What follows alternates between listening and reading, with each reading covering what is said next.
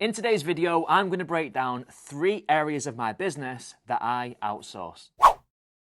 Hello, it's Ben here, the one with the beard, and thank you for joining me on today's video. Before we kick off with today's main content, please take a minute to subscribe to the channel and hit that bell to be notified with the latest videos that are going to help you start and scale your business. Make sure that you get to them before those pesky competitors. Now that that's out of the way, let's jump straight into today's content, where I'm going to break down 3 areas of my business where I've created leverage by outsourcing tasks.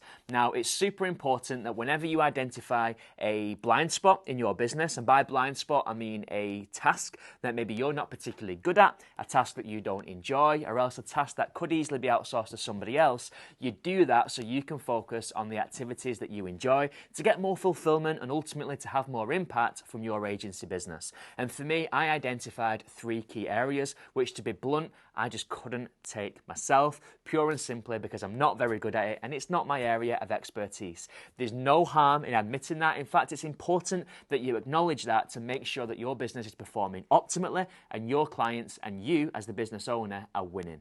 So the first thing that I outsource is my video editing. It's very rare that I'll sit down and edit a video by myself. Why? Because I'm not interested in it. I don't enjoy it. I don't understand complicated software. And as a result, if I try to do it, I dread every minute on the build-up. I delay it for as long as I can. And usually the product that I get at the end is very substandard compared to what it would be if I outsourced it to a specialist. So this video that you're watching right now has been created with Michael, who's our videographer and the chap who is kind enough to help me on all of our property tours. He's the creative. He's passionate about doing video. He understands video, he understands angles, he's a creative, he knows how to piece it together, the perfect backtracks, the perfect transitions. So Michael does that job much better than I could ever wish for. So by outsourcing that activity to Michael, A, it's done better, it's done faster, and when I weigh up the amount of time it cost me to do the same job, it's probably a great investment on my finances because it buys me back so much time. So video is one thing that I highly recommend you outsource if you're from the same chain of thought as me. The second thing that I outsource for very similar reasons is my sales progression.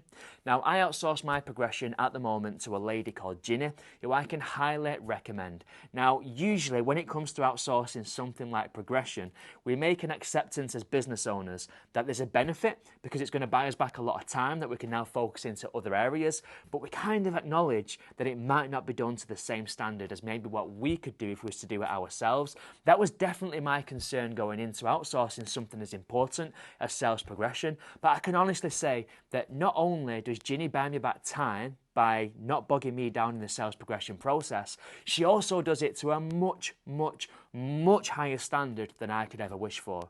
Why? Because her background, her experience, her skill set and ultimately her passion lends itself very well to the sales progression process, whereas I really aren't interested in that part of the process. I'm not very organised, and because I'm not overly organised and structured and I'm a bit scatterbrained, my skill set does not lend itself well to that particular part of the transaction. So outsourcing that, A, buys me back more time, but B, it means that the fall through rate is arguably lower and the consumer wins because they get a much better experience from someone who's far more knowledgeable on that subject. The third and final thing that I outsource are my social media graphics. Now, I am creative in some ways and not in others. I'm creative in the sense that I've got a mind for content. I understand what I want to talk about, how I want to produce it, how I want to write it. I understand my tonality and how I want to come across to my audience. So I'm more than happy with coming up with concepts. But what I'm really not good at is understanding Photoshop, understanding Canva, using these tools to the best of their ability and their potential. So as a result, whenever I try to get creative with creating a visual, usually it looks like a bit of a dog's dinner. It looks very basic and it doesn't do my brand any justice. So I outsource that to a chap called Chris Target. Chris owns a company called Social for Brokers, and he creates social media graphics for mortgage brokers and for estate agents to help them build their brand with real consistency and predictability.